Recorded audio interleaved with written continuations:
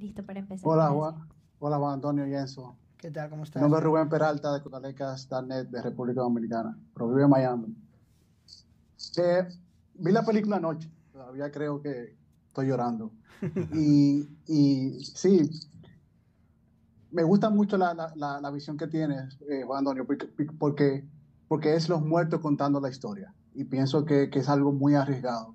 Cuando tú escuchas la voz en off de alguien que murió, que te está contando cómo están sobreviviendo, eh, te da cierta perspectiva. Y como actor, me imagino eso.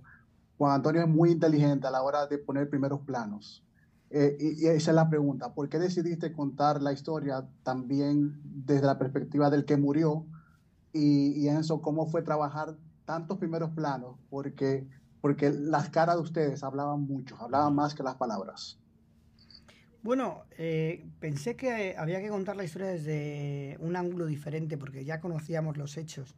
Habíamos visto, ya habían dos películas, no sé Ujú. cuántos documentales y muchísimos libros. Pensé que todos habían tenido la oportunidad ya de contar la historia, menos aquellos que no tuvieron la oportunidad de contar la historia precisamente porque se quedaron en la montaña. Y el papel que habían jugado ellos fue fundamental para que regresaran los otros. Así que me pareció muy interesante. También era una forma de romper el discurso que se ha hecho siempre, el mensaje que se ha hecho siempre de este tipo de películas, donde el que más hace es el que obtiene la recompensa.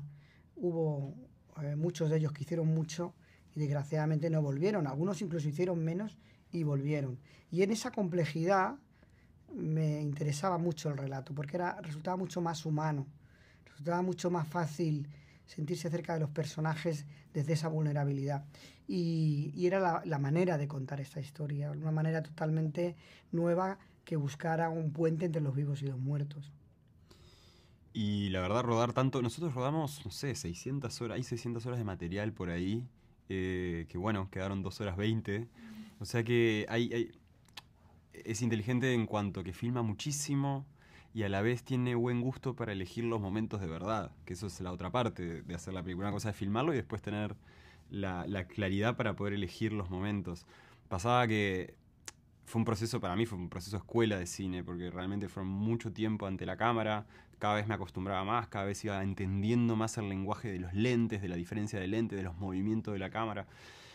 Incluso a veces filmaba, decía corten, pero la cámara no cortaba. Había un momentito donde la cámara seguía un rato más. Y yo empecé a ver eso y dije, ah, mirá, acá estamos todo el tiempo filmado. Ahí aprovechaba a hacer cosas que no estaban en la escena, pero me fui adaptando, me fui acostumbrando a tener la cámara de repente acá. Había unos lentes, por ejemplo, que nos lo ponían en el ojo o en la boca.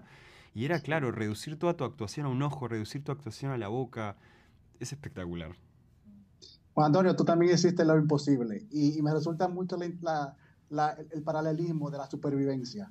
¿Qué significa para ti esta supervivencia? Porque el ser humano usualmente busca la forma que sea de adaptarse a su ambiente y vivir dentro de ese ambiente. Pero tú has hecho ya dos películas, no parecidas, pero con el mismo tema de la supervivencia. ¿Qué significa para ti la supervivencia?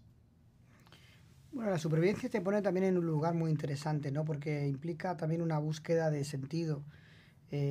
¿Para qué? ¿Para qué sobrevivir? ¿Para quién sobrevivir? Y cómo, sobre todo, cómo sobrevivir.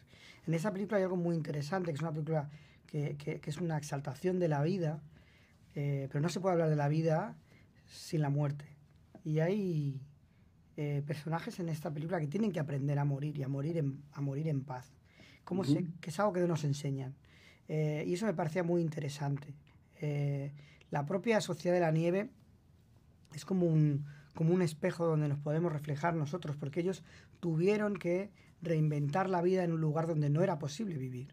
Y ahí tienen que escoger qué es importante y qué no es importante, ¿no? Y ahí nosotros como espectadores aprendemos sobre nosotros mismos. Es una historia que, como dicen ellos mismos en el libro, la gente está interesada siempre porque de alguna forma nos enseña cosas de nosotros mismos, dónde están nuestros límites, cómo reaccionaríamos en una situación así.